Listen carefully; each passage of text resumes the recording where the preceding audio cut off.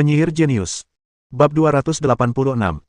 Data eksperimen yang diberikan oleh Maisa sangat rinci dan sangat menginspirasi Sunan. Hanya dalam beberapa hari, Sunan berhasil memproduksi produk jadi. Pada akhirnya, Maisa menghentikan penelitian tersebut bukan karena gagal, tetapi karena versi sederhana dari tungku elemen yang akhirnya ia ciptakan praktis tidak berguna. Meskipun sangat efisien, daya keluarannya tidak sebaik kolam elemen, dan biayanya bahkan lebih tinggi. Efektivitas biayanya sangat rendah. Oleh karena itu, setelah mengembangkan produk jadi, Maisa menghentikan penelitian tersebut. Seandainya dia tidak mendengarkan permintaan Sunan, dia pasti sudah lupa bahwa proyek penelitian semacam itu pernah ada. Namun, bagi Sunan, yang memegang kubus Rubik di tangannya, semua kekurangan penelitian ini bukanlah apa-apa. Kubus Rubik dapat ditingkatkan melalui sintesis untuk memperbaiki atau bahkan menghilangkan semua kekurangannya. Setelah menghasilkan sejumlah produk jadi yang cukup, Sunan segera melakukan sintesis dan peningkatan, dan segera mendapatkan apa yang diinginkannya. Pusat kendali terletak di puncak menara penyihir cahaya bintang. Di tengah aula yang luas, kolam elemen asli telah dihilangkan dan digantikan oleh sebuah struktur yang meliputi area seluas lebih dari 100 meter persegi. Seluruh struktur tersebut menyerupai gabungan antara tungku penempaan kristal ajaib dan kolam, dan seluruhnya terbuat dari batangan baja ajaib. Struktur ini dihiasi dengan berbagai permata ajaib dan bersinar dengan kilau yang dalam di bawah cahaya lampu batu ajaib. Sunan dengan hati-hati menanamkan kristal unsur terakhir ke dalam konstruksi tersebut. Untuk mendapatkan kristal sumber elemen ini, dia menghabiskan 5 hari penuh di ruang elemen, membunuh lebih dari selusin tetua raksasa elemen, sebelum akhirnya berhasil mendapatkan satu. Mereka hampir ditemukan oleh penguasa elemen selama perjalanan, dan butuh banyak usaha untuk meloloskan diri. Dengan semburan cahaya yang sangat terang, pipa transmisi kristal ungu pucat di depan mereka secara bertahap menyala. Gelombang energi elemental meletus, seketika memenuhi seluruh menara penyihir. Merasakan peningkatan pesat konsentrasi partikel energi di udara sekitarnya, Sunan tersenyum puas. Nomor 1, periksa status menara penyihir. Instruksi diterima. Memulai pemindaian status menara penyihir. Pemindaian selesai. Sebuah model 3 dimensi langsung muncul, disertai dengan data teks yang padat. Menara penyihir, cahaya bintang. Peringkat, besar ditingkatkan. Energi yang tersisa saat ini, 5,68%. Makhluk hidup cerdas yang dibantu, roh menara 1 ditingkatkan, roh menara 2 ditingkatkan, roh menara 3 ditingkatkan. Fasilitas, tungku elemen versi sederhana cincin terapung, sistem transmisi energi kristal pusat, area perumahan, area gudang, area eksperimen, area latihan, area meditasi, area penanaman. Pelayan, golem tanah liat X1500, peri air X1140, peri bunga X1266. Perangkat pelindung, medan energi pelindung terkunci, ekstra besar diperkuat.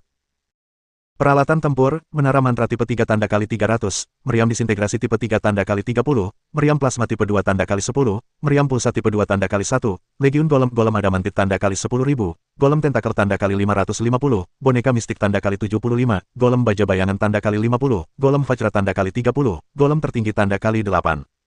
Setelah melakukan upgrade ke Elemental Forge, fungsi penyimpanan Elemental Pool sebelumnya menghilang.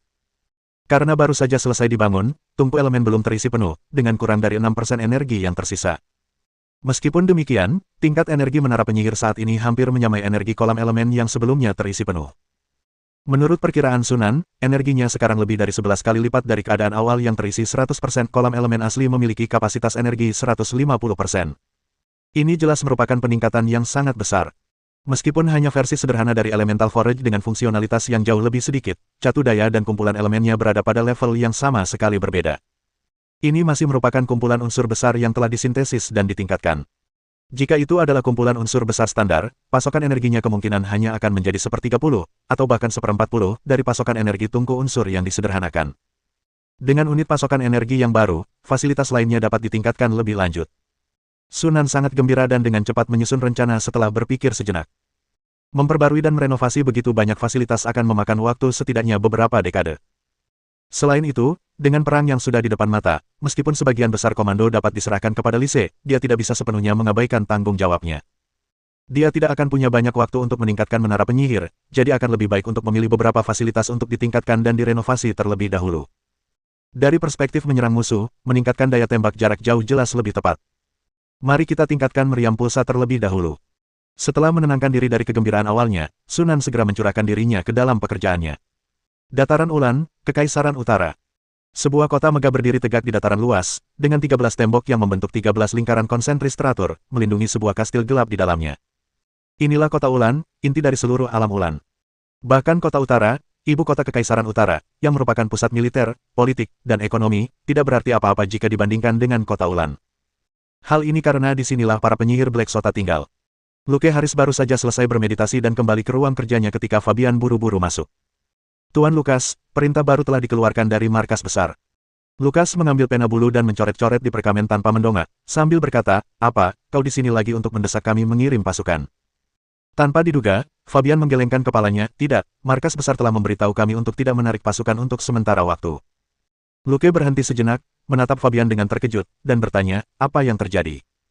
Markas besar mengatakan mereka menemukan bahwa burung berkepala 10.000 sering bergerak, yang kemungkinan besar atas perintah dari Kodeks Kebijaksanaan untuk bersiap menyerang kita. Untuk berjaga-jaga, markas besar telah memutuskan untuk menangguhkan transfer pasukan dari berbagai pesawat dan meminta kita untuk waspada. Burung berkepala 10.000. Luke mencibir dengan nada meremehkan. Kapan orang-orang yang hidup dengan binatang buas itu pernah berani melawan kita secara langsung? Luke tidak terlalu terkejut dengan tindakan kode kebijaksanaan.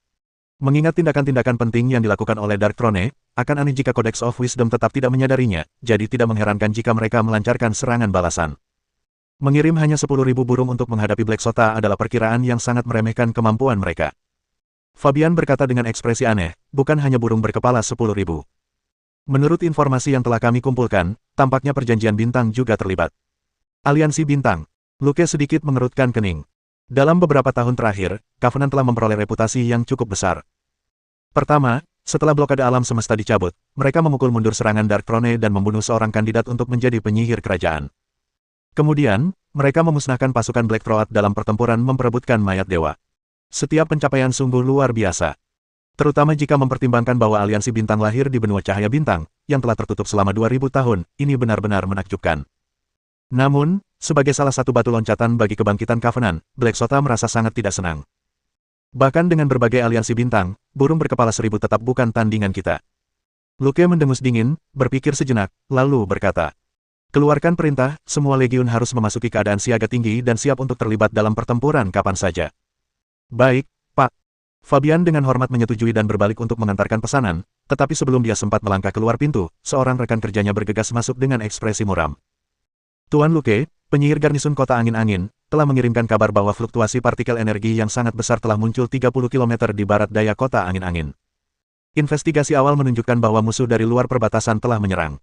Ekspresi Luke mengeras, dan dia bertukar pandang dengan Fabian, langsung mengerti apa yang sedang terjadi. Sepertinya lawan kita sangat efisien, melancarkan serangan begitu cepat. Luke tetap tenang, tertawa dingin, dan memberi perintah kepada pendatang baru itu. "Sampaikan perintah kepada semua kota dalam radius 1000 mil dari kota Linfeng untuk mengirimkan pasukan garnisun mereka ke lokasi invasi untuk menghentikan musuh. Kita sama sekali tidak dapat membiarkan mereka dengan santai mengirimkan pasukan." "Baik, Pak." Orang yang melapor itu segera menerima pesanan tersebut dan pergi. Luke kemudian dengan cepat menuliskan beberapa perintah di atas perkamen, dan dengan jentikan jarinya, kabut hitam menyembur di kehampaan, saling berjalin dan mengembun membentuk 4 burung gagak. Astaga! 4 ekor gagak hinggap di atas meja, masing-masing mengambil selembar perkamen dan menelannya utuh, kemudian mengepakkan sayapnya dan terbang menjauh dari ruang kerja. Setelah menyampaikan perintah untuk memobilisasi pasukan, Luke berkata kepada Fabian, "Hubungi penyihir garnisun kota Windwind dan suruh dia mengirimkan burung mata ajaib untuk menyelidiki situasi di lokasi invasi." Fabian mengangguk setuju, berbalik dan pergi, lalu kembali beberapa saat kemudian dengan sebuah manik-manik di tangannya. Manik-manik itu hanya sebesar telur, berwarna abu-abu muda, dengan pola-pola yang saling terjalin tak terhitung jumlahnya di bagian tengahnya membentuk desain seperti mata. Saat Fabian menyalurkan kekuatan spiritualnya, manik itu tiba-tiba memancarkan cahaya yang menyilaukan, dengan cepat membentuk bayangan samar di kehampaan. Adegan tersebut merupakan pemandangan dari atas dari kejauhan, menunjukkan pasukan yang menutupi dataran, dengan para ksatria berbaju zirah menunggangi macan kumbang hitam yang tersusun rapi dalam formasi persegi. Di samping mereka berdiri sepasukan golem yang tersusun rapi, tak bergerak seperti patung batu. Lebih jauh ke dalam, golem dan kavaleri terus maju menyerbu, bergabung dengan barisan. Di langit yang tinggi, ribuan kapal logam raksasa juga melayang, mengelilingi 13 menara penyihir dan lebih dari 40 kastil besar seperti bintang-bintang di sekitar bulan. Begitu melihat penampakan kastil itu, Fabian berseru, "Benteng langit berbintang." Luke menyipitkan matanya sedikit, kilatan dingin terpancar di dalamnya. Aliansi bintang. Di alam kristal bumi, Black Sota telah bertempur melawan Covenant dan sangat terkesan dengan benteng bintang milik Covenant, setelah melakukan analisis dan penelitian yang cukup mendalam. Tentu saja, dia langsung mengenalinya sekilas. "Hubungi dimensi lain segera," kata Luke tiba-tiba.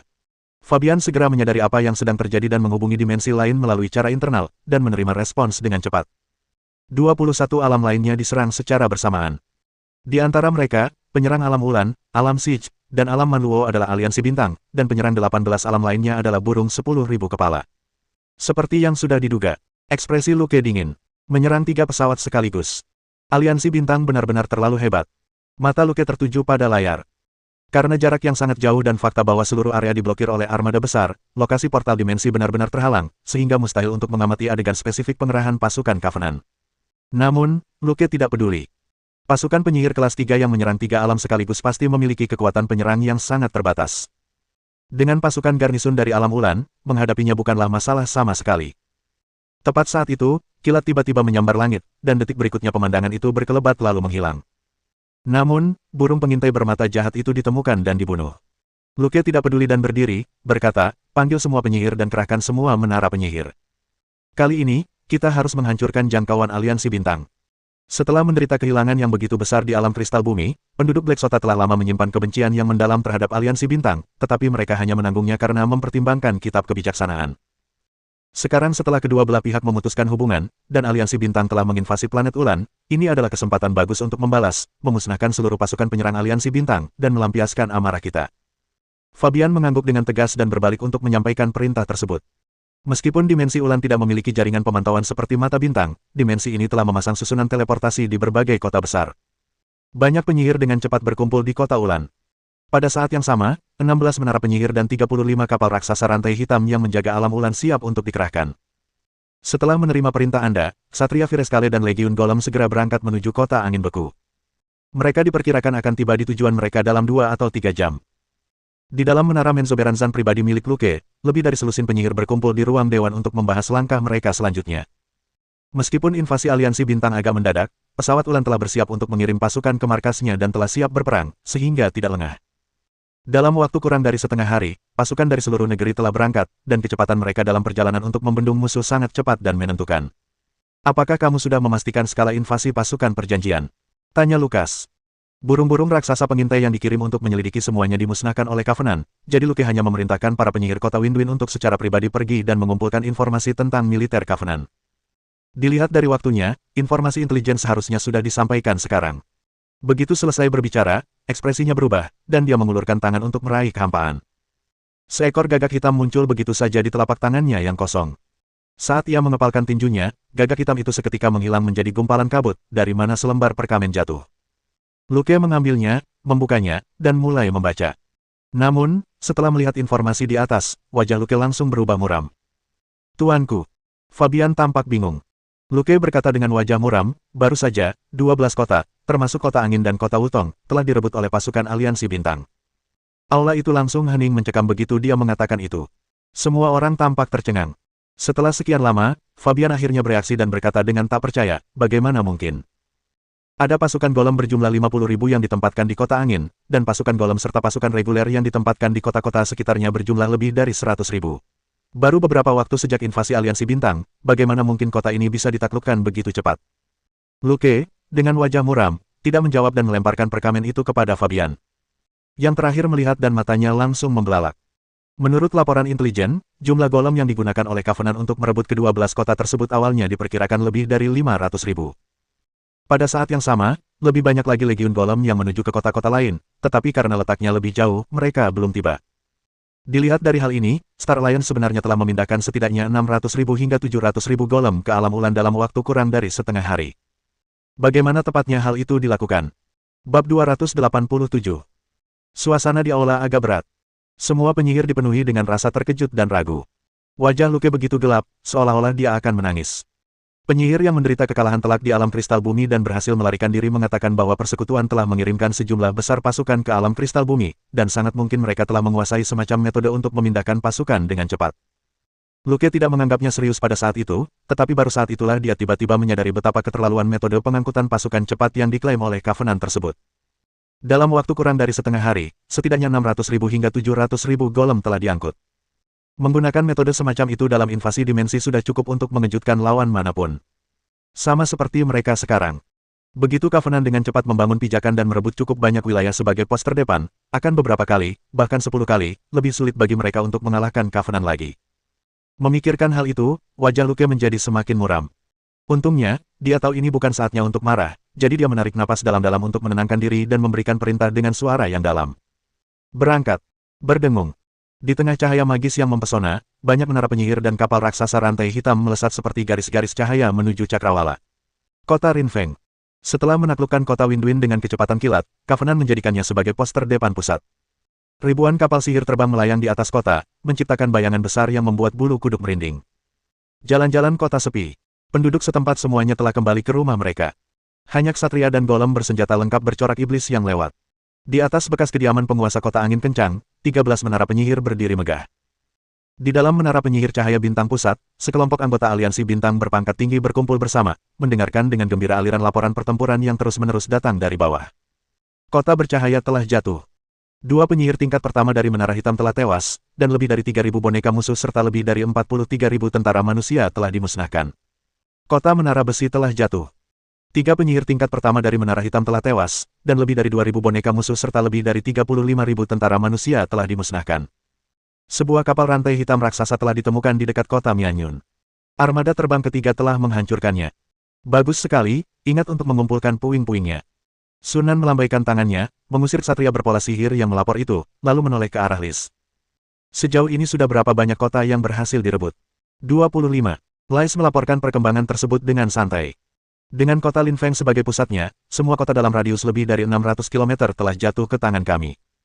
Pesawat Ulan belum benar-benar mengerahkan kekuatan utamanya. Pasukan kita memiliki keunggulan besar atas garnisun di kota-kota ini, sehingga korban jiwa dapat diabaikan. Hingga saat ini, kami telah memasuki alam Ulan dengan 1 kelompok pasukan golem, 3 legiun golem besar, dan 3 legiun ksatria rune.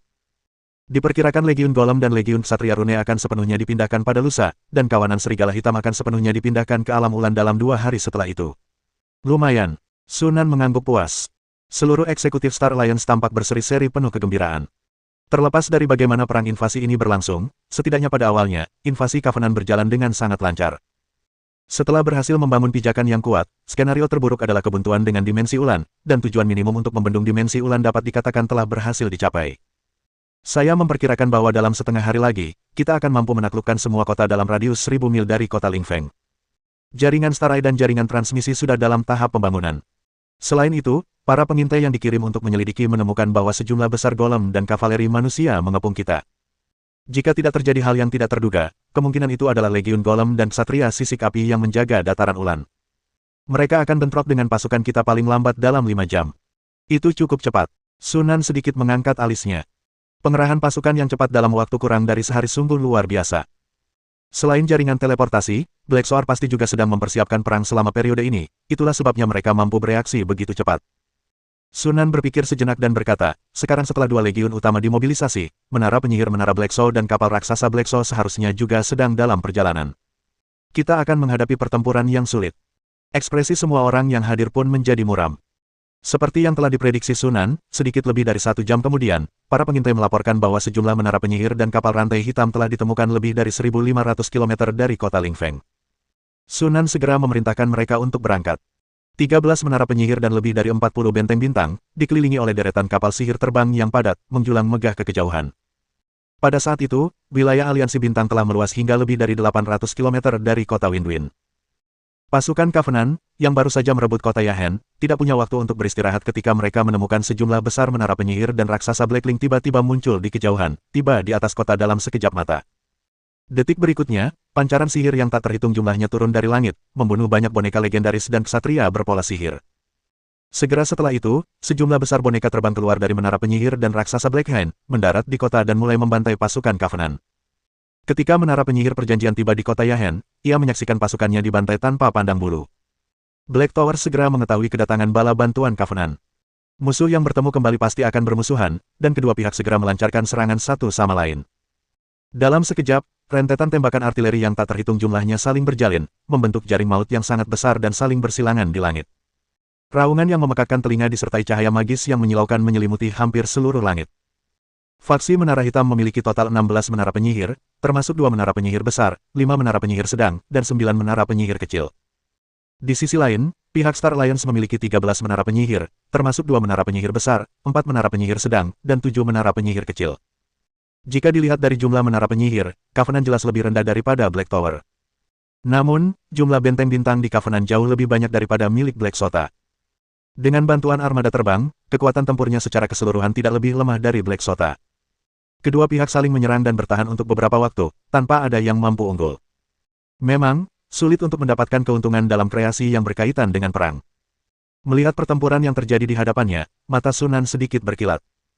Daya tembak jarak jauh menara penyihir cahaya bintang belum sepenuhnya ditingkatkan dan tidak cukup untuk menciptakan keunggulan yang luar biasa di garis depan.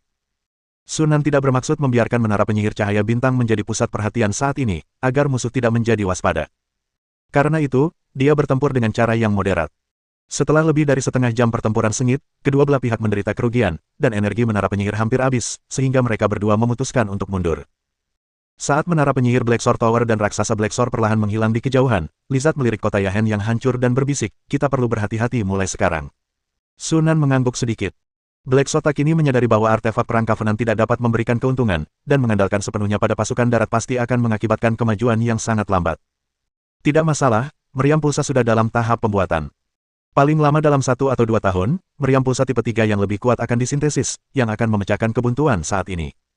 Sekarang saya akan fokus pada peningkatan meriam pulsa, dan saya akan menyerahkan komando pertempuran kepada Anda. Sunan menyerahkan kendali menara penyihir cahaya bintang kepada Liz. Tidak perlu terburu-buru untuk memperluas wilayah yang diduduki. Mari kita fokus pada stabilitas terlebih dahulu. Lize sudah mengetahui rencana Sunan, dan setelah mendengarnya, dia mengangguk setuju dengan sungguh-sungguh. Saya mengerti. Selanjutnya, kita akan fokus pada penguatan kemenangan kita.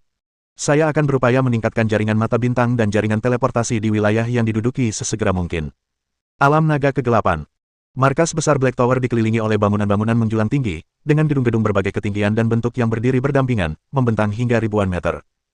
Dari kejauhan, tampak seperti naga hitam raksasa yang melingkar di tanah. Para penyihir berjubah panjang bergegas bola-balik di antara bangunan-bangunan, gerakan mereka menciptakan suasana badai yang akan datang.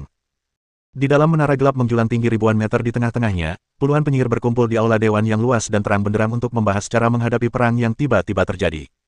Sudah kubilang sejak lama, kita seharusnya tidak memperpanjang perang ini dengan mereka.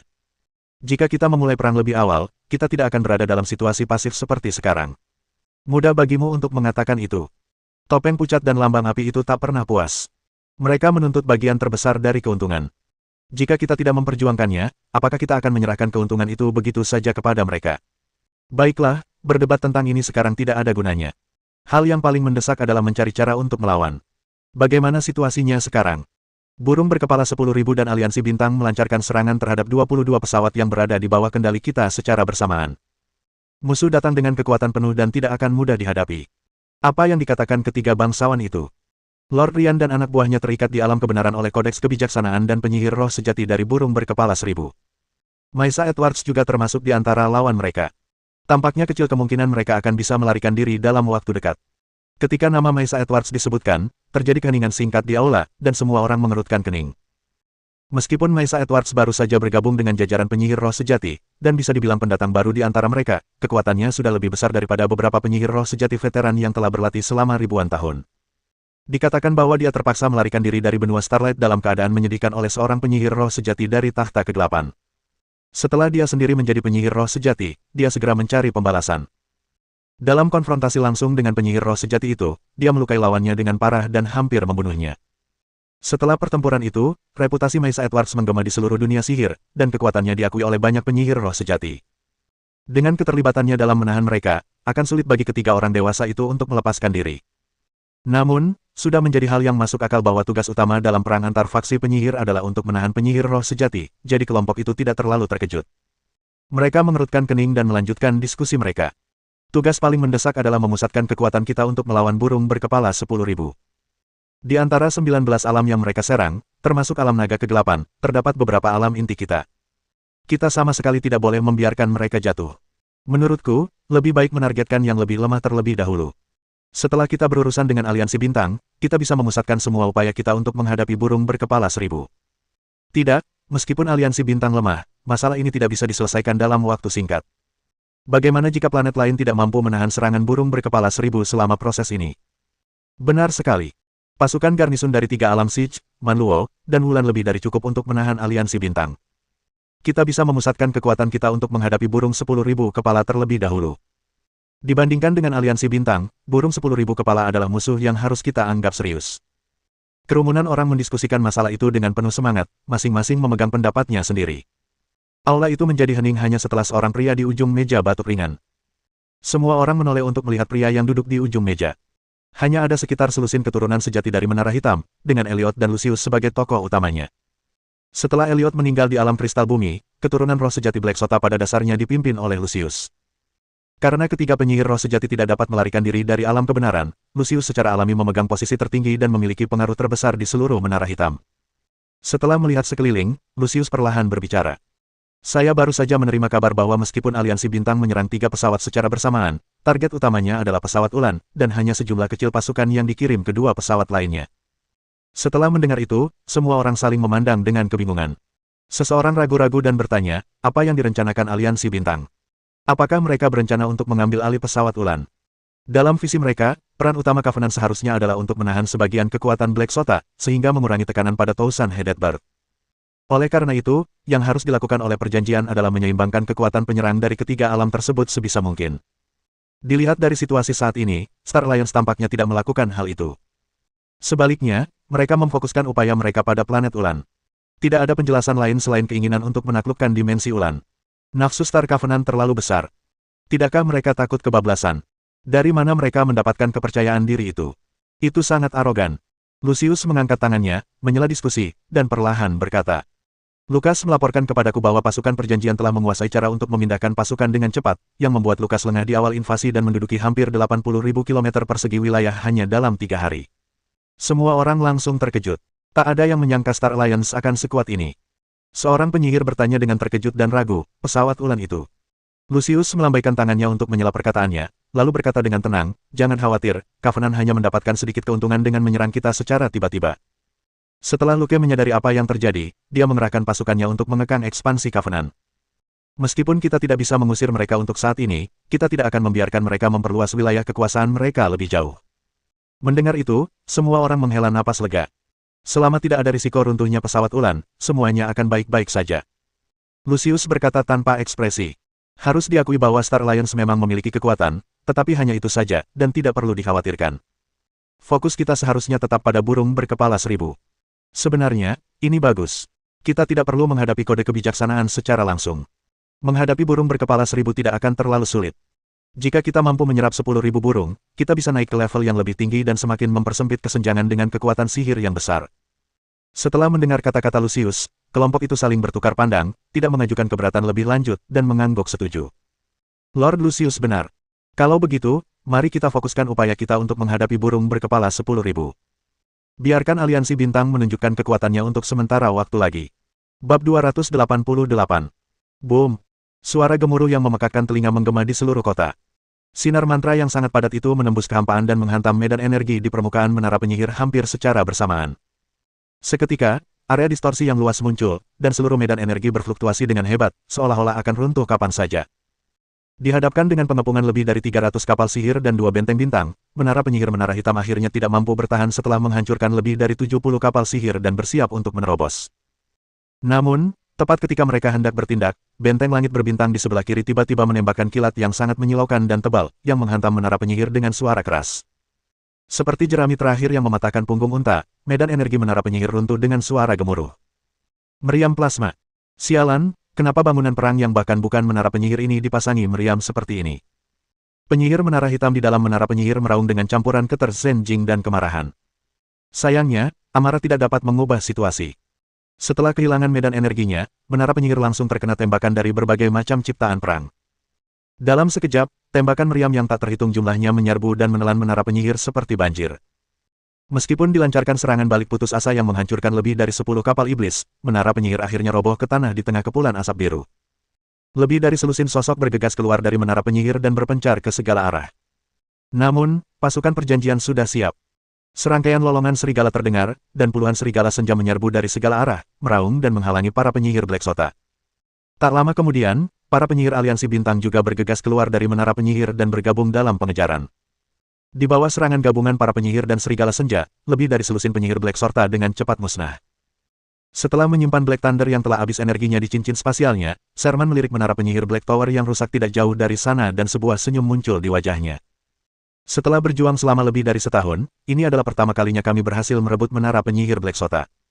Atil berjalan mendekat, juga dengan senyum di wajahnya. Sherman tertawa dan berkata, tidak ada yang bisa kita lakukan. Menara hitam terlalu berhati-hati. Menara penyihir jarang keluar sendirian, dan mereka akan lari begitu melihat situasinya tidak menguntungkan. Jika kita tidak memasang jebakan kali ini, menangkap mereka tidak akan semudah ini. Mereka mempersiapkan operasi ini selama lebih dari 2 bulan, mengambil risiko disergap sebagai balasan, dan berkuda sendirian di menara penyihir di sepanjang tepi wilayah yang diduduki, mempertaruhkan nyawa mereka untuk memancing musuh ke dalam perangkap selangkah demi selangkah. Untungnya, hasil akhirnya bagus. Meskipun hampir 100 kapal sihir hilang, kerugian ini sepenuhnya dapat diterima dibandingkan dengan penangkapan sebuah menara penyihir kecil. Pertempuran di dalam kota itu hampir berakhir. Serigala hitam yang tak terhitung jumlahnya berkeliaran dan mengamuk di kota, tanpa henti membunuh musuh-musuh yang masih melawan, sementara mengabaikan warga sipil yang tidak bersenjata dan tentara yang menyerah. Setelah seluruh pasukan dipindahkan ke alam ulan, Aliansi Bintang mengubah mode pertempurannya, menggunakan kawanan serigala dan legiun golem sebagai kekuatan penyerang utama, dan Ksatria Rune sebagai kekuatan pendukung, untuk menyerang kota-kota di alam ulan. Dibandingkan dengan masa pemeliharaan Ksatria Sihir yang panjang, masa pembuatan penetasan golem dan serigala hitam jauh lebih pendek, jadi meskipun ada lebih banyak korban, itu tidak masalah. Di bawah serangan gencar Covenant yang tidak kenal ampun dan tanpa perhitungan biaya, wilayah kekuasaan Covenant telah meluas hampir 4 kali lipat dalam setahun terakhir.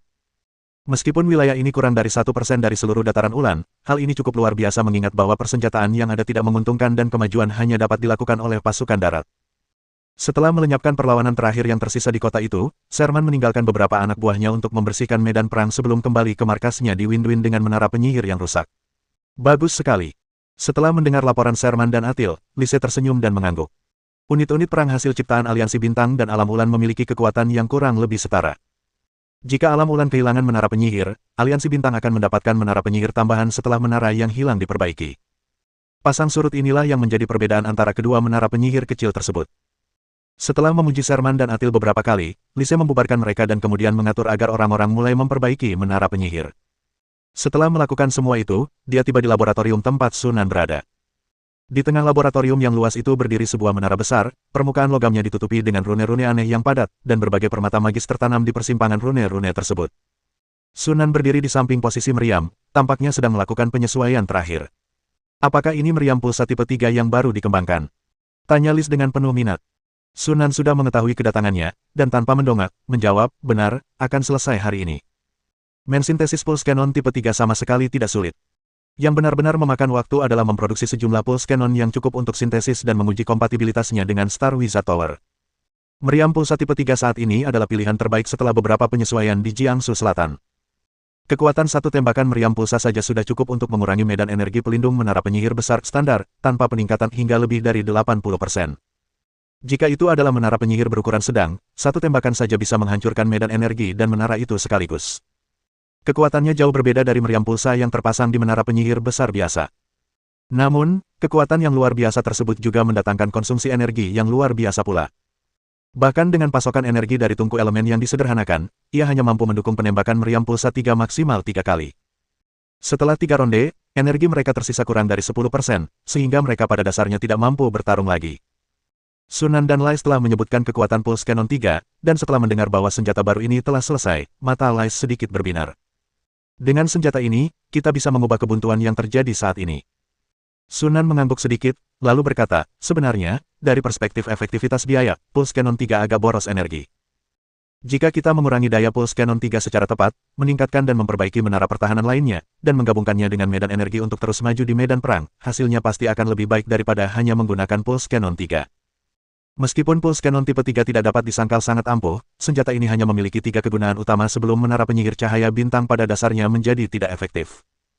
Jika energi yang dikonsumsi oleh ketiga meriam pulsa tipe 3 digunakan secara lebih merata dalam serangan dan pertahanan, menara penyihir cahaya bintang pasti akan mencapai hasil yang lebih gemilang dalam satu pertempuran daripada menghancurkan 3 menara penyihir. Namun, untuk mencapai level ini, fasilitas lain di menara penyihir Starlight juga perlu dimodifikasi lebih lanjut. Karena keterbatasan waktu, wilayah selatan Jiangsu tidak dapat menjalani peningkatan dan transformasi komprehensif, sehingga metode ini adalah satu-satunya pilihan. Tidak lama kemudian, Sunan menyelesaikan penyesuaian terakhir, memerintahkan roh menara No. 3 untuk mengendalikan golem agar membawa menara dan memasangnya di menara penyihir, lalu bertanya kepada Lis. Bagaimana perkembangan pertempuran akhir-akhir ini? Semuanya berjalan cukup lancar.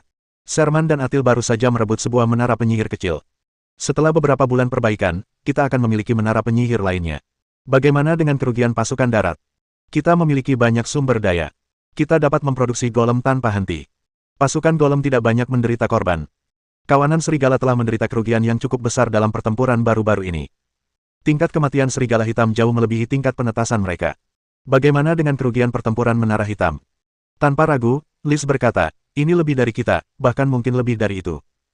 Planet Ulan tidak memiliki sarang biologis dan tidak dapat memperoleh keuntungan besar dari perdagangan batu ajaib seperti aliansi bintang. Dengan hanya mengandalkan sumber daya yang disediakan oleh planet dan markas besarnya sendiri, mustahil untuk memproduksi pasukan secara massal secepat aliansi bintang, karena setiap pasukan yang mati akan mengurangi jumlah mereka. Seiring berjalannya waktu, kesenjangan kekuatan militer antara kedua belah pihak hanya akan semakin melebar. Bahkan tanpa Pulse Cannon 3, Sunan percaya bahwa dalam 100 tahun atau lebih, Covenant masih akan mampu memperoleh keunggulan penuh dalam peperangan. Setelah perang saudara penyihir berakhir, kita mungkin bisa menaklukkan alam Ulan. Namun, dia tidak ingin menunggu sampai saat itu. Saatnya mengintensifkan serangan, kata Sunan. Liz berkata dengan sungguh-sungguh, kita telah menemukan kota Ulan, yang terletak lebih dari 5.000 km di barat daya wilayah yang diduduki. Selama kita menyerang di sana, kita akan mampu memaksa garnisun pesawat Ulan untuk melawan kita secara langsung. Begitu kita merebut kota Ulan dan menghancurkan pusat komando, musuh akan dilanda kekacauan dalam waktu singkat. Sunan menjawab tanpa ragu, kalau begitu, mari kita serang kota Ulan. Setelah perintah itu dikeluarkan, kota Lingfeng dengan cepat menjadi ramai dengan aktivitas. Sejumlah besar kapal sihir dan benteng bintang berangkat dari kota Frostwind, menjaga menara penyihir dan langsung menuju kota Ulan. Puluhan ribu pasukan darat juga berbaris dalam prosesi besar menuju kota Ulan. Kota Ulan segera mengetahui tindakan aliansi bintang dan memobilisasi pasukannya untuk bersiap berperang sambil mengadakan pertemuan para pejabat tinggi untuk membahas strategi. Apa yang direncanakan oleh Star Alliance? Apakah mereka berencana untuk mengambil alih kota Ulan? Tidak mungkin, mereka sudah pernah mencoba sebelumnya. Selama setahun terakhir, aliansi bintang dan kota Ulan telah terlibat dalam beberapa pertempuran skala penuh, tetapi tidak ada pihak yang mampu mengalahkan pihak lain, hanya menderita kerugian pasukan yang sia-sia. Oleh karena itu, Covenant sebagian besar menggunakan pasukan daratnya yang unggul untuk kemajuan, dan baru-baru ini jarang mengerahkan sejumlah besar ciptaan perang secara bersamaan. Fakta bahwa Star Alliance tiba-tiba melancarkan serangan ini sungguh membingungkan. Luke mengangkat tangannya untuk menyela percakapan dan berkata dengan suara berat, apapun tujuan aliansi bintang, karena mereka ingin bertarung, kita tidak bisa mundur. Kota Ulan adalah markas kita. Apakah kita takut pada aliansi bintang? Semua orang berpikir itu masuk akal, jadi mereka berhenti ragu-ragu dan menawarkan diri untuk bertarung. Tak lama kemudian, sejumlah menara penyihir dan kapal rantai hitam menjulang ke langit di atas kota Ulan. Pada saat yang sama, sejumlah besar golem dan ksatria berhamburan keluar dari kota, membentuk barisan di dataran, siap untuk berperang. Legiun golem ditempatkan di tengah formasi, diapit oleh banyak ksatria yang menunggangi makhluk yang menyerupai kuda tetapi memiliki anggota tubuh yang ditutupi sisik. Para ksatria elit ini, yang mengenakan baju zirah mewah dan memegang pedang panjang dari baja, memancarkan moral yang tinggi dan aura yang tangguh. Itu ksatria sisik api dari kota Ulan. Di dalam menara penyihir, Sunan memandang resimen kavaleri elit yang ditampilkan di layar dengan penuh minat. Selama lebih dari setahun, ia menghabiskan sebagian besar waktunya mengerjakan meriam pulsa sintetis, sesekali memperhatikan situasi pertempuran, yang juga merupakan arah strategis umum. Ia jarang menginjakkan kaki di medan perang, dan ini adalah pertama kalinya ia melihat ksatria sisik api. Benar sekali, kata Liz. Para ksatria sisik api ini semuanya memiliki kekuatan seorang ksatria agung, dan binatang sisik api yang mereka tunggangi tidak lebih lemah dari macan tutul batu hitam. Terlebih lagi, mereka semua dilengkapi dengan konstruksi rune sihir, jadi kekuatan tempur mereka tidak jauh berbeda dengan ksatria rune sihir. Legiun ksatria yang dilatih oleh faksi penyihir umumnya dilengkapi dengan baju zirah ajaib dan tunggangan binatang mitos, dan secara kolektif memiliki kekuatan tempur legendaris. Para ksatria rune dari Covenant bukanlah satu-satunya. Jika mereka memiliki keunggulan, itu karena mereka memiliki proporsi ksatria yang lebih tinggi yang dilengkapi dengan konstruksi rune tingkat 2 atau 3. Lagi pula, pengeluaran militer itu sangat besar. Saat Sunan dan Liz sedang berbicara, pasukan Covenant telah selesai beristirahat dan telah membentuk formasi. Melihat hal itu, Sunan segera mengeluarkan perintah untuk menyerang. Wah! Bunyi trompet yang keras terdengar, bergema di seluruh dataran. Saat suara itu bergema, pasukan Covenant mulai maju perlahan, seperti binatang buas raksasa yang tak tertandingi yang menghancurkan segala sesuatu di jalannya. Pada saat yang sama, sebuah suara berat dan menggema terdengar di atas pasukan kota Ulan. Menyerang! Sesaat kemudian, genderang perang terdengar dari puncak tembok kota Ulan. Pasukan mulai bergerak perlahan, secara bertahap mempercepat langkah, dan dengan momentum yang luar biasa, mereka dengan ganas menghadapi musuh. Kedua pasukan bertabrakan dengan dahsyat seperti dua arus deras yang mengamuk, dan dalam sekejap, darah berceceran dan tulang serta anggota badan berhamburan kemana-mana. Suara gemuruh teriakan perang yang memekakkan telinga tiba-tiba memenuhi langit. Dilihat dari langit, barisan depan kedua pasukan sudah terlibat dalam pertempuran sengit, pembantaian brutal yang menyerupai mesin penggiling daging. Pada saat yang sama, ciptaan-ciptaan pembuat perang di angkasa juga mulai berbenturan, saling melancarkan serangan api. Hampir seketika, puluhan kapal iblis aliansi bintang hancur berkeping-keping. Sementara itu, sebuah kapal Black Show berukuran besar jatuh ke tanah di tengah kobaran api. Melihat susunan anggota Star Alliance, yang tidak jauh berbeda dari sebelumnya, secercah keraguan terlintas di mata Luke. Dia berpikir bahwa Sing Meng memiliki kartu truf untuk mengambil inisiatif menyerang kota Wulan, tetapi susunan pasukan lawan tampaknya tidak sesuai dengan harapan tersebut. Ini kemungkinan besar hanya uji coba oleh Star Alliance. Luke merasa sangat lega dan fokus memimpin pertempuran. Serangan aliansi bintang semakin sengit belakangan ini. Karena mereka datang kepada kita hari ini, kita harus memanfaatkan kesempatan ini untuk melemahkan kekuatan mereka. Saat perang berkecamuk, menara penyihir cahaya bintang tetap berada di paling belakang, melayang tak bergerak tinggi di langit, tanpa menunjukkan tanda-tanda akan bergerak. Sunan menatap intensely ke arah menara penyihir di kejauhan. Itu adalah menara penyihir yang besar, dikelilingi oleh menara penyihir lain yang tampak mengelilinginya seperti bintang-bintang di sekitar bulan, bahkan menara penyihir besar lainnya pun tidak terkecuali. Jika tidak terjadi hal yang tidak terduga, mereka yang berada di dalam menara penyihir itu seharusnya adalah para pejabat tinggi kota Wulan. Sunan menunggu dengan sabar, mengamati pancaran api menembus susunan menara penyihir dan kapal rantai hitam, sesekali mengenai menara penyihir besar dan secara bertahap mengikis daya tahan medan energinya. Merasa bahwa sudah waktunya, dia akhirnya berbicara dan memberi perintah. Nomor 1, aktifkan Pulse Cannon tipe 3. Instruksi diterima. Aktifkan meriam pulsa tipe 3. Tiba-tiba, bintik-bintik cahaya bintang muncul di puncak menara penyihir cahaya bintang, dan cahaya itu dengan cepat meluas, berubah menjadi bola cahaya yang menyilaukan seperti matahari. Detik berikutnya, seberkas cahaya yang sangat menyilaukan tiba-tiba melesat keluar, menembus kehampaan seperti kilat, dan dalam sekejap mata, cahaya itu melintasi ribuan meter dan tepat mengenai menara penyihir besar yang dijaga ketat. Yang mengejutkan semua orang, medan energi di sekitar menara penyihir besar itu terdistorsi sesaat sebelum tiba-tiba runtuh. Bagaimana ini mungkin? Melihat itu, Luke tampak seperti melihat hantu. Bab 289. Setelah dihantam oleh beberapa pancaran artileri, daya tahan medan energi menara penyihir besar tempat Luke berada telah lama turun di bawah 80%. Oleh karena itu, secara alami bangunan itu runtuh dalam satu serangan di bawah gempuran meriam pulsa tipe 3. Jiangsu bagian selatan tidak terkejut dengan hal ini. Namun Luke dan yang lainnya tidak berpikir demikian. Apa yang mereka saksikan benar-benar di luar pemahaman mereka. Mereka belum pernah melihat menara penyihir manapun dengan daya tembak jarak jauh yang mampu menghancurkan medan energi menara penyihir besar dalam satu serangan. Pemandangan di hadapan mereka terasa seperti mimpi, sangat absurd. Sinar cahaya apakah itu tadi? Itu sinar berdenyut, kan? Tapi mengapa kekuatannya begitu besar?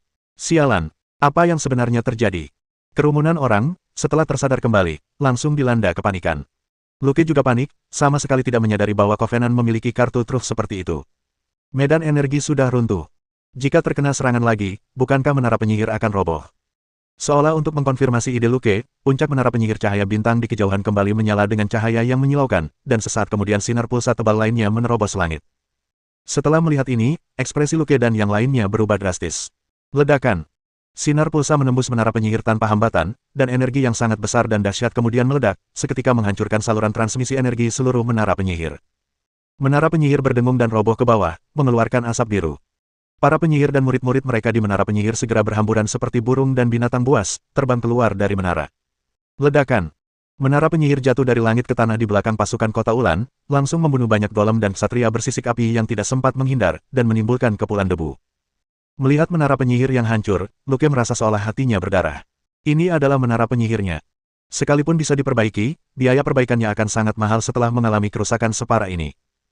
Masalah utamanya adalah dia mungkin tidak akan punya kesempatan untuk memperbaiki menara penyihir itu. Fluktuasi intens pada partikel energi kembali meletus. Luke menatap dengan ngeri ke arah menara penyihir cahaya bintang di kejauhan, yang melepaskan sinar pulsa lainnya. Namun kali ini, targetnya adalah menara penyihir berukuran sedang. Sinar berdenyut tersebut menghancurkan medan energi hampir tanpa hambatan, menembus menara. Dalam sekejap mata, menara penyihir yang hancur lainnya muncul di medan perang. Luke belum pernah melihat gaya bertarung seperti ini sejak ia menjadi seorang penyihir. Dalam pertempuran antar menara penyihir, kedua pihak tidak melepaskan kekuatan tembak mereka, melainkan mengerahkan legiun boneka untuk bertarung dalam waktu lama hingga salah satu pihak kehabisan energi atau medan energinya mencapai daya tahan 0, barulah pemenang ditentukan. Sekalipun menara penyihir besar bertarung melawan menara penyihir kecil, mustahil untuk menghancurkan menara kecil tersebut hanya dalam 2 kali serangan. Kekuatan serangan yang ditunjukkan oleh menara penyihir cahaya bintang saat ini benar-benar melampaui ekspektasi Luke. Melihat artefak perang Covenant semakin mendekat, dan para penyihir serta boneka setingkat penyihir mengelilingi mereka, Luke tahu betul bahwa situasinya sudah tidak ada harapan. Setelah sesaat ragu-ragu, dia mengertakkan giginya dan mengambil keputusan. Mundur. Dalam keadaan apapun, 13 menara penyihir yang tersisa tidak boleh hilang di sini, jika tidak, mereka benar-benar tidak berdaya untuk melawan. Para penyihir lainnya tentu saja juga memahami prinsip ini, dan meskipun mereka sangat frustrasi dan enggan, mereka tetap melakukan apa yang diperintahkan. Tak lama kemudian, menara-menara penyihir Black Sota mulai mundur. Pasukan Kota Ulan di lapangan juga secara bertahap mundur. Mereka sebenarnya berencana untuk meninggalkan Kota Ulan sepenuhnya. Orang-orang ini cukup tegas. Sunan agak terkejut dengan mundurnya Hesotah yang cepat dan tegas. Dia tersenyum kecut, dan setelah pasukan melakukan pengejaran simbolis, dia memerintahkan mundur. Setelah 3 pancaran sinar, menara penyihir cahaya bintang tidak lagi mampu melanjutkan pertempuran. Sekalipun menara penyihir Kota Ulan dapat dilestarikan hanya dengan menggunakan artefak perang yang tersisa, hal itu akan membutuhkan biaya yang sangat besar, yang tidak sesuai dengan kepentingan aliansi bintang. Karena kita sudah memiliki keunggulan, belum terlambat untuk secara bertahap mengikis kekuatan penciptaan perang menara hitam setelah menara penyihir cahaya bintang terisi penuh. Setelah menara penyihir dan sebagian besar pasukan darat mundur, Kota Ulan dengan cepat jatuh ke tangan Covenant. Pasukan Covenant bergerak memasuki Kota Ulan dan mulai memusnahkan pasukan musuh yang tersisa. Saat memandang ke arah kota yang megah itu, para anggota Star Alliance tampak agak terpukau. Begitu cara menang. Perang berakhir begitu cepat sehingga semua orang terkejut. Apa itu tadi? Meriam pulsa. Wajah Fering masih menunjukkan ekspresi terkejut. Sherman, Artil, Cory, dan Tagana semuanya memiliki ekspresi yang serupa. 3 pancaran pulsa tadi mengejutkan bukan hanya Black Sota, tetapi bahkan mereka sendiri. Ketika Sunan memerintahkan serangan ke Kota Ulan, mereka dipenuhi keraguan tentang tujuan di baliknya, dan tidak menyangka bahwa menara penyihir cahaya bintang memiliki daya tembak yang begitu dahsyat. Pasti ini jenis meriam pulsa baru yang dikembangkan oleh guru itu, kata Sherman setelah berpikir sejenak. Semua orang memikirkannya dan setuju. Modifikasi menara penyihir cahaya bintang sangat terkenal di aliansi bintang, bahkan melampaui menara penyihir besar. Aku sama sekali tidak menyangka renovasi ini akan seaneh ini. Meskipun medan energi menara penyihir itu sudah agak terkuras, tetap saja sangat dahsyat untuk menghancurkannya hanya dengan satu pukulan. Betapa mencengangkannya konsumsi energinya. Bagaimana menara penyihir cahaya bintang mengatasi masalah konsumsi energi? Semakin mereka merenungkannya, semakin sulit dipercaya hal itu bagi mereka, dan semakin kuat kekaguman mereka terhadap Sunan. Di dalam menara penyihir cahaya bintang, Sunan dan Lize memandang ke bawah ke arah kota hitam di bawah. Di antara banyak kota di wilayah yang diduduki, Kota Linfeng adalah salah satu yang terbesar dalam hal skala, tetapi dibandingkan dengan Kota Ulan, ukurannya langsung terlihat kecil. Kota megah ini, yang dibangun oleh para penyihir, jauh melampaui Kota Winduin baik dari segi luas wilayah maupun sistem pertahanan. Terlebih lagi, lokasi geografisnya juga sangat menguntungkan, terletak tepat di tengah dataran Ulan, berada di simpul garis lei. Berpusat di Kota Ulan, ia dapat menyebar ke wilayah manapun di dataran Ulan, menyusun strategi dan memberi perintah dari jarak jauh. Mari kita pindahkan pusat komando ke sini, kata Sunan. Mulai sekarang, kita akan menggunakan Kota Ulan sebagai basis kita. Liz mengangguk sedikit, ini memang tempat yang bagus. Dia berhenti sejenak, lalu menatap Sunan dengan saksama dan bertanya, bisakah kita meningkatkan serangan kita sekarang? Sunan mengangguk sambil tersenyum, melambaikan tangannya, dan pemandangan panorama langsung muncul di ruang hampa di depannya, yaitu peta medan lengkap dataran Ulan. Perang saat ini tidak diragukan lagi merupakan titik balik yang mengubah situasi. Di masa lalu, ketika Covenant menyerang kota-kota, mereka harus waspada terhadap menara penyihir dan raksasa Blackton, yang membuat mereka ragu untuk bertarung. Mulai sekarang, aliansi bintang akan memiliki kepercayaan diri untuk mengalahkan garnisun dataran Ulan dalam hal kreasi perang, dan tidak perlu lagi khawatir. Mereka sekarang dapat melancarkan serangan skala penuh ke kota-kota asli dataran Ulan. Sekarang, menara penyihir musuhlah yang tidak berani terlibat dalam pertempuran langsung dengan mereka. Jika tidak, begitu muncul, ia pasti akan disambut dengan serangan langsung dari menara penyihir cahaya bintang. Perbaiki kedua menara penyihir yang telah direbut sesegera mungkin, dan tambahkan ke daftar pertukaran segera setelah perbaikan selesai, instruksi Sunan. Kadal itu menjawab. Pemberlakuan kebijakan preferensial, cicilan prabayar, tiba-tiba meningkatkan jumlah penyihir di aliansi bintang yang mampu menukarkan menara penyihir. Dengan pecahnya perang, para penyihir memiliki lebih banyak kesempatan untuk mendapatkan poin kontribusi, dan telah mengumpulkan sejumlah besar poin kontribusi sejak awal perang. Saat ini, ada banyak penyihir di aliansi bintang yang dengan antusias menunggu untuk menukarkan menara penyihir mereka. Begitu menara penyihir muncul di daftar pertukaran, menara tersebut akan langsung ditukarkan, jadi tidak perlu khawatir menara tersebut tidak terjual. Setelah kedua menara penyihir itu diperbaiki dan digunakan, jumlah menara penyihir di alam Ulan akan meningkat menjadi 16, termasuk 3 menara penyihir besar. Artefak buatan perang itu tiba-tiba meningkatkan kekuatan tempur secara signifikan. Sebaliknya, jumlah menara penyihir di alam Ulan telah dikurangi menjadi 13. Keseimbangan kekuatan antara kedua pihak dalam hal sumber daya perang dan kemampuan tempur tiba-tiba berbalik. Bahkan tanpa mempertimbangkan menara penyihir cahaya bintang, aliansi bintang, dengan 15 menara penyihir, lebih dari 40 benteng bintang, dan ribuan kapal sihir, masih memiliki keunggulan signifikan atas garnisun Ulan dalam hal kekuatan peperangan. Selain itu, seiring berjalannya waktu, kesenjangan kekuatan tempur antara kedua pihak hanya akan semakin melebar. Kecuali Black Sota mengirimkan bala bantuan baru ke dataran Ulan, sudah pasti garnisun Ulan akan berada dalam posisi yang tidak menguntungkan. Namun, Lizzie sama sekali tidak khawatir tentang hal ini. Aliansi bintang dan burung berkepala seribu telah menjaga komunikasi intelijen yang konstan, mengawasi dengan cermat situasi di pihak lain bahkan selama periode paling intens dari perang di dataran Ulan. Dengan Covenant menahan sebagian pasukan Black Sota, Tausan Hedetbird dan Black Sota terlibat dalam pertempuran yang sengit. Mendapatkan keunggulan mungkin mustahil, tetapi mencegah Black Sota mendukung pesawat Ulan seharusnya tidak menjadi masalah. Adapun faksi penyihir gelap lainnya, mereka semua sangat terlibat dengan organisasi-organisasi yang berafiliasi dengan kodeks kebijaksanaan dan tidak memiliki cara untuk mengalokasikan sumber daya untuk mendukung Black Sota. Sekalipun mereka mampu, Lisa tidak percaya bahwa kekuatan penyihir gelap yang egois dan mementingkan diri sendiri akan berpikir untuk mendukung sekutu mereka. Jika kami harus menyebutkan kejutan lain, itu hanya pesawat Siege dan pesawat Manluo. Jika dimensi Ulan benar-benar menghadapi momen kritis untuk bertahan hidup, dan dua dimensi lainnya berada dalam situasi genting, mereka mungkin tidak akan ragu untuk memindahkan pasukan guna mendukung dimensi Ulan. Namun, jika itu benar-benar terjadi, mungkin itu bukanlah hal buruk bagi perjanjian tersebut. Jika kita bisa memancing sebagian pasukan dari alam Siege dan Manluo ke dalam rawa alam Ulan dan melahap mereka sekaligus, akan jauh lebih mudah untuk menyerang kedua alam tersebut di masa depan. Mengingat kembali bagaimana Sunan menyatakan niatnya untuk menaklukkan alam Ulan sebelum serangan itu, Liz tak kuasa menahan rasa haru. Meskipun saat itu dia mendukung ide Sunan, jauh di lubuk hatinya dia masih merasa bahwa ide Sunan agak terlalu optimis. Menguasai dimensi Ulan bukanlah tugas yang mudah. Namun kini tampaknya perjanjian tersebut benar-benar memiliki peluang bagus untuk mencapai tujuan ini. Ternyata, wilayah selatan Jiangsu tidak pernah mengecewakan. Versi sederhana dari tungku elemen dapat menyimpan lebih banyak energi, tetapi waktu yang dibutuhkan untuk mengisinya hingga penuh juga meningkat. Defisit energi lebih dari 90% akan membutuhkan waktu sekitar setengah bulan untuk dipulihkan.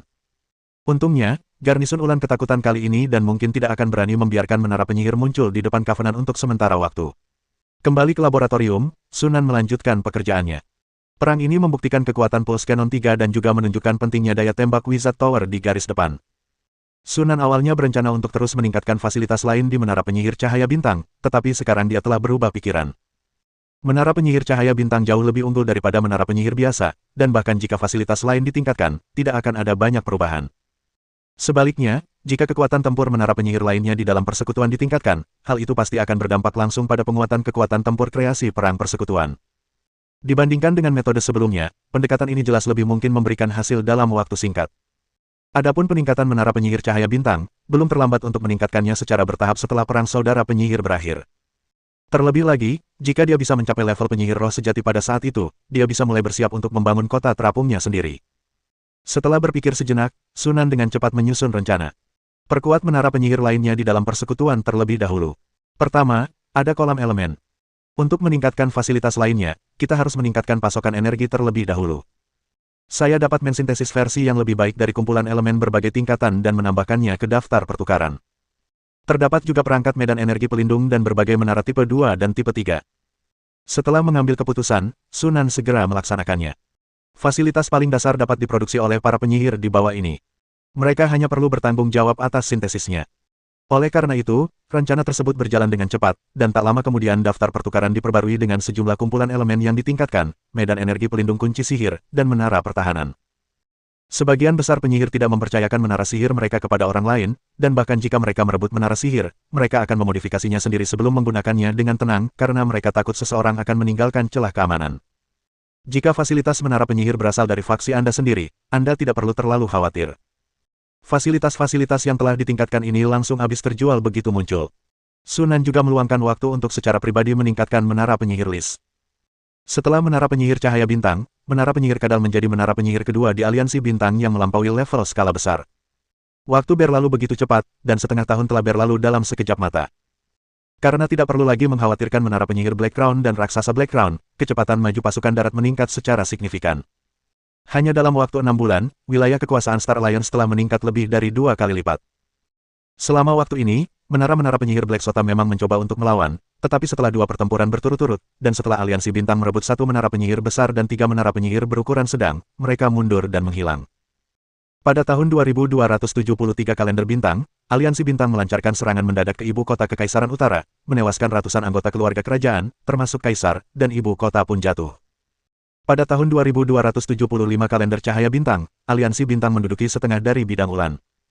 Menghadapi kekuatan pasukan aliansi bintang yang terus bertambah, garnisun Ulan Plain tidak mampu menandingi mereka dan menderita kekalahan berulang kali di setiap pertempuran.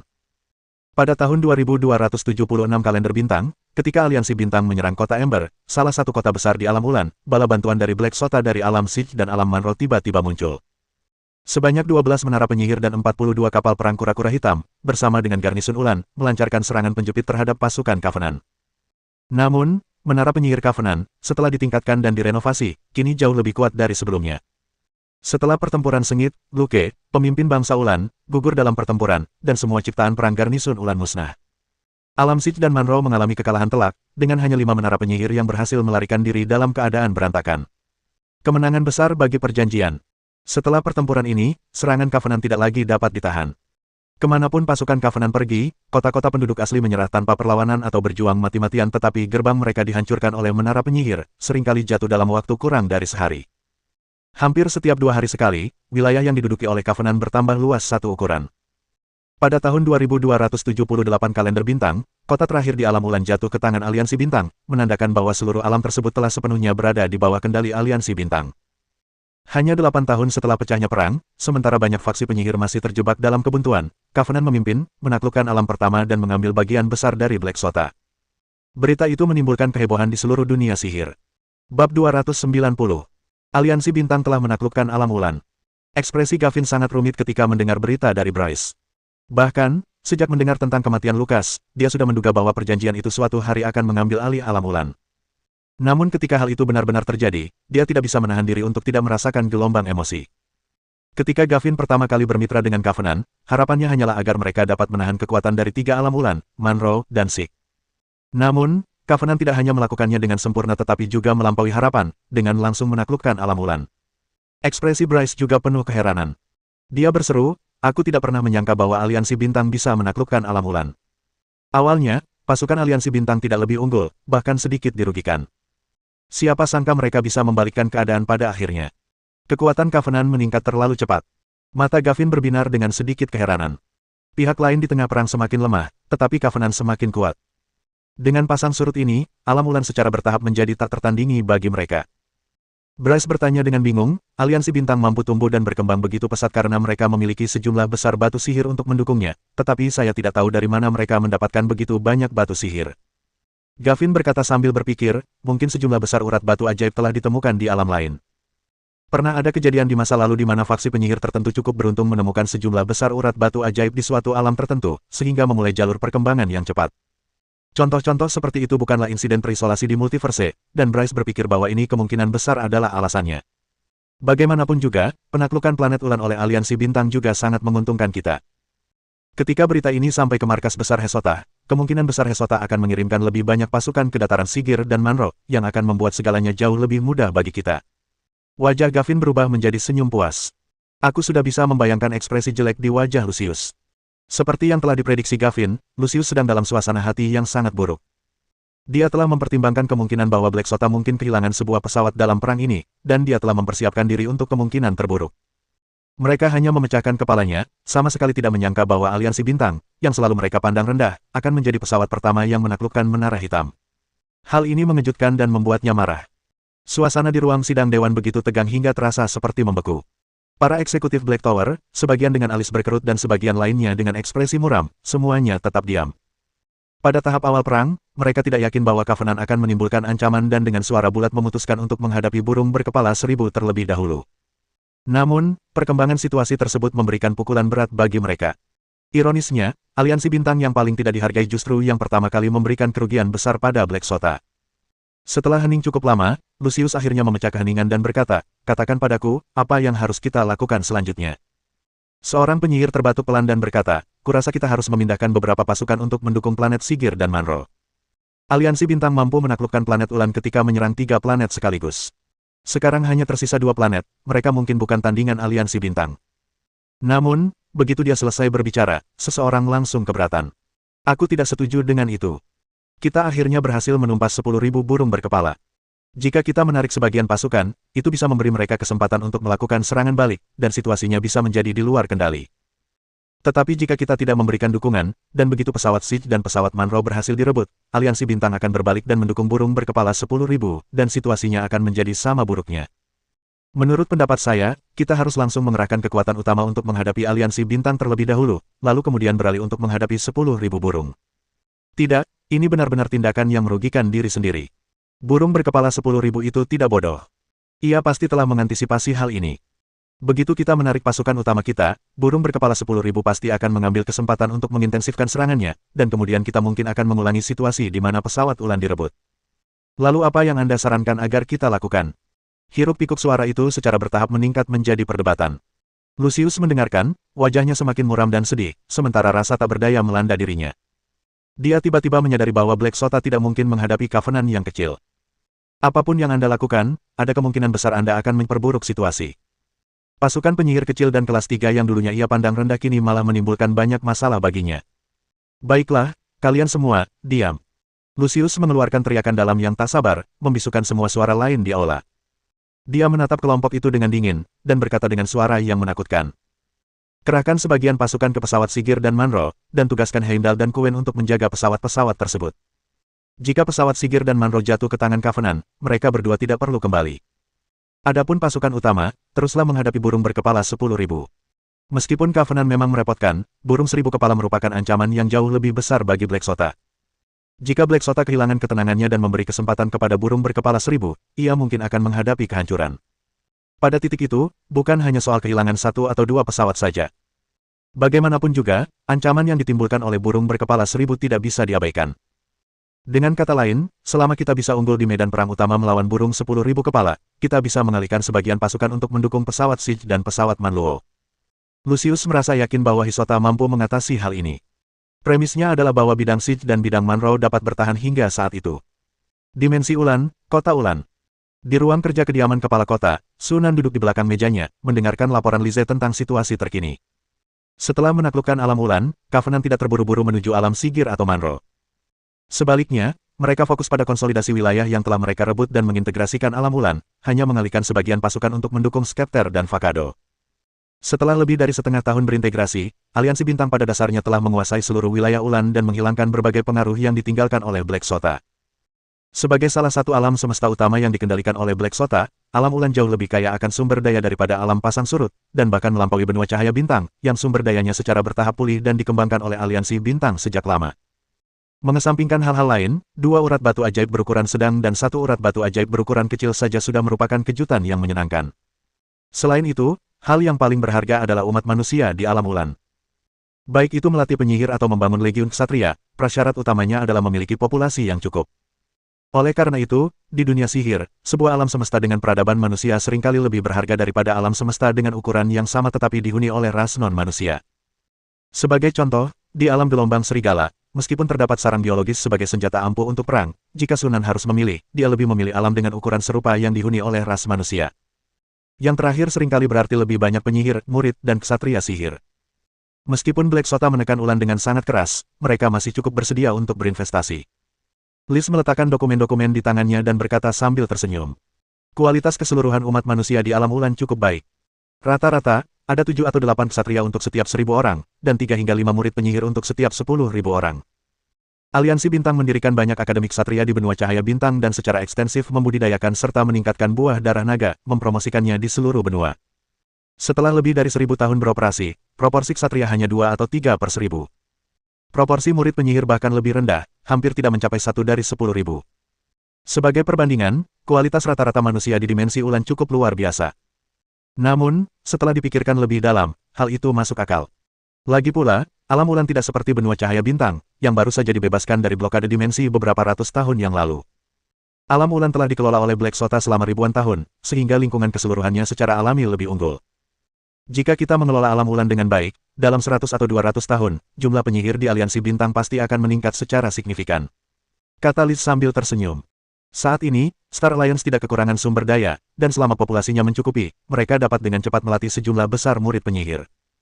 Dengan semakin banyaknya calon penyihir, jumlah penyihir secara alami akan meningkat pesat. Bagaimana perkembangan perbaikan menara penyihir yang direbut? Semuanya telah diperbaiki sepenuhnya.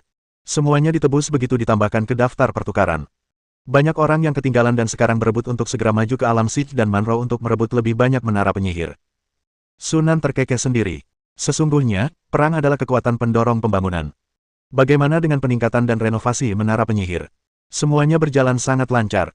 Pada dasarnya semua menara penyihir telah mengalami peningkatan pada kumpulan elemen dan kemampuan serangan jarak jauhnya. Orang-orang di bawah sangat proaktif dalam hal ini, karena bagaimanapun juga, ini berkaitan dengan apakah mereka dapat memperoleh lebih banyak poin kontribusi dalam perang yang akan datang. Terdapat relatif sedikit medan energi pelindung di sistem Mislok. Hanya sekitar sepertiga dari orang-orang yang telah menukarkan versi perangkat yang lebih canggih, dan bahkan lebih sedikit lagi di fasilitas lain. Sunan mengangguk sedikit. Lagi pula, waktunya terlalu singkat, dan jumlah berbagai fasilitas menara penyihir yang ditingkatkan masih agak sedikit, tidak cukup untuk mencakup semua menara penyihir dari perjanjian. Meskipun begitu, kekuatan tempur banyak menara penyihir telah meningkat satu level. Covenant kini memiliki total 44 menara penyihir dan jumlah benteng bintang telah meningkat menjadi 68. Armada udara mengalami kerugian besar dalam perang baru-baru ini dan belum pulih, saat ini hanya tersisa 12 armada. Namun, dalam hal kreasi perang, Covenant sudah jauh lebih unggul daripada alam Sigir dan Manro. Pengembangan dimensi Ulan harus terus berlanjut dan tidak dapat diabaikan. Namun, sudah saatnya untuk melangkah maju ke alam Siege dan alam Manro. Liz bertanya, pesawat mana yang sebaiknya kita fokuskan selanjutnya? Sunan sudah mengambil keputusan, dan tanpa berpikir panjang, dia berkata, pesawat Siege. Berbeda dengan alam Ulan, meskipun alam Siege memiliki ras manusia, jumlah mereka sedikit dan mereka bukanlah ras utama. Ras dominan di alam Siege adalah ras setengah manusia yang disebut manusia naga, makhluk dengan garis keturunan naga dan manusia binatang. Manusia naga dewasa memiliki kekuatan setara ksatria dan sangat ganas serta perkasa. Mereka adalah ras yang sangat cocok untuk menjadi tentara. Kelemahannya adalah batas daya yang dapat ditampung tidak tinggi. Dibatasi oleh kelemahan garis keturunan naga di dalam diri mereka, ork naga paling tinggi hanya dapat mencapai tingkat legendaris cincin keempat. Belum pernah ada orang kuat setingkat ksatria garis keturunan atau ksatria elemen, apalagi setingkat penyihir. Di masa lalu, para penyihir telah melakukan eksperimen modifikasi biologis pada manusia setengah naga, dengan harapan dapat menembus batas kekuatan mereka dan mencapai level penyihir. Namun, percobaan tersebut dihentikan di tengah jalan. Alasannya adalah agar manusia naga dapat menembus batas kekuatan mereka, konsentrasi darah naga dalam tubuh mereka harus ditingkatkan terlebih dahulu. Namun jika memang demikian, mengapa tidak sekalian saja mengembangbiakkan naga raksasa dari naga kecil? Yang terakhir bahkan mungkin lebih murah. Secara keseluruhan, ork naga adalah ras dengan potensi terbatas, tetapi mereka tetap cukup berguna. Di alam Manro, ras yang dominan adalah berbagai macam raksasa, seperti raksasa dataran tinggi, raksasa pasir, raksasa bukit, raksasa hutan, raksasa rawa, dan sebagainya. Para raksasa ini umumnya dapat mencapai level ksatria agung atau bahkan ksatria legendaris.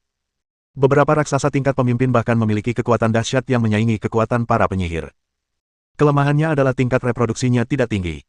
Menurut laporan tongkat kerajaan, ras raksasa di alam Manro berjumlah tidak lebih dari 2 juta, di mana hanya sekitar setengahnya adalah prajurit. Selain itu, lingkungan di alam Manro relatif keras, dan sumber dayanya tidak sebanyak di alam Siege, dan sama sekali tidak dapat dibandingkan dengan alam Ulan. Alam Siege setidaknya memiliki 2 urat batu ajaib kecil, tetapi alam Manro tidak memiliki satu pun. Setelah mempertimbangkan dengan saksama, Sunan memutuskan untuk menjadikan pesawat Siege sebagai target keduanya. Memperoleh dimensi yang kaya sumber daya ini lebih awal akan memungkinkan kita untuk memulai pembangunan lebih cepat. Melihat Sunan telah mengambil keputusan, Li Ze tidak keberatan. Setelah perintah diberikan, pasukan Covenant segera bertindak. Sebagai tindakan pencegahan, Sunan meninggalkan 3 menara penyihir, 8 benteng bintang, 1 kelompok pasukan golem, dan 2 legiun ksatria berpola sihir untuk menjaga alam Ulan. Selain itu, 3 menara penyihir, 10 benteng bintang, dan 2 armada terbang dikerahkan untuk mendukung alam Manro. Pasukan yang tersisa kemudian berbaris memasuki dataran Siege.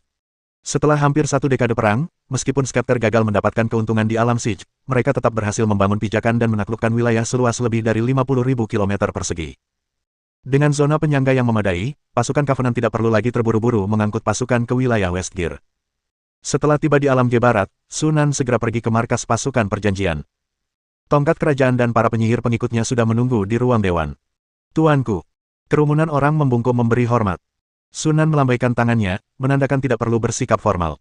Setelah duduk di ujung meja, dia segera menanyakan situasi di alam Siege. Tongkat kerajaan itu disiapkan dan berkata dengan tenang, kekuasaan penguasa alam Siege adalah sebuah kekaisaran yang didirikan oleh manusia naga binatang, dengan manusia naga binatang sebagai kelas penguasa utama. Namun, menurut pendapat saya, itu lebih seperti suku super besar dengan total populasi yang diperkirakan setidaknya 20 juta dan pasukan resmi sekitar 3 hingga 4 juta. Ork naga dewasa memiliki kekuatan setidaknya setara ksatria. Dengan kata lain, ketiga hingga 4 juta prajurit ini semuanya setara ksatria. Namun, tak seorang pun yang hadir menganggapnya serius. Lagi pula, termasuk pasukan yang akan diangkut masuk, Covenant memiliki total 3 pasukan golem di alam Westgear, yang setara dengan 3 juta kekuatan tempur tingkat ksatria. Belum lagi para ksatria sihir dan kawanan serigala hitam. Yang lebih penting lagi, para ork naga tidak mungkin mengerahkan seluruh pasukan mereka untuk bertempur. Mereka juga harus menyisakan sebagian pasukan untuk menjaga benteng mereka. Memiliki 3 juta pasukan akan cukup untuk benar-benar melawan Covenant. Jika dilihat dari kekuatan darat saja, Covenant tidak lebih lemah dari Dragon Orcs. Bersambung,